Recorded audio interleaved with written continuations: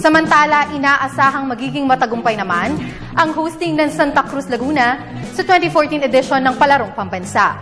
Ito'y dahil nailatag nila ng maayos ang lahat ng mga plano para sa taunang sports spectacle. May report si Keisha Halili. Handang-handa na ang lahat para sa pagdaraos ng Palarong Pambansa 2014 sa Santa Cruz, Laguna sa susunod na buwan. Sa panayam ng PTV Sports, inihayag ni DepEd Assistant Secretary Tony Umali na naging maayos ang preparasyon ng host city para sa 7-day Sports Fest. Ang kagawaran ng edukasyon po ay handang-handa at patuloy pa rin pong naghahanda para ho talaga masiguro na maging maayos po itong ating Palarong Pambansa na gagawin sa Santa Cruz, Laguna. Wala po tayong nakikitang problema at ang ating kagawaran ng edukasyon ay matagal na po kasing pinapatupad ito at tayo'y nananalig na ayos po muli ito. Tulad po ng mga nakaraang taon.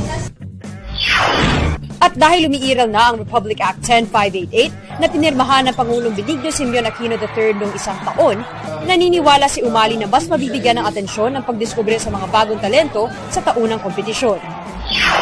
Yung polisiya ng ating pamahalaan ukol sa kahalagahan ng palakasan ay pinagtibay nitong batas na ito.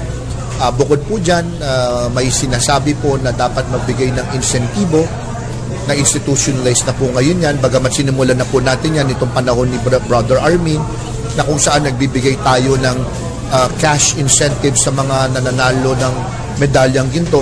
Ngayon, dahil yan ay nasa batas na, it should be a feature of Palaro every year.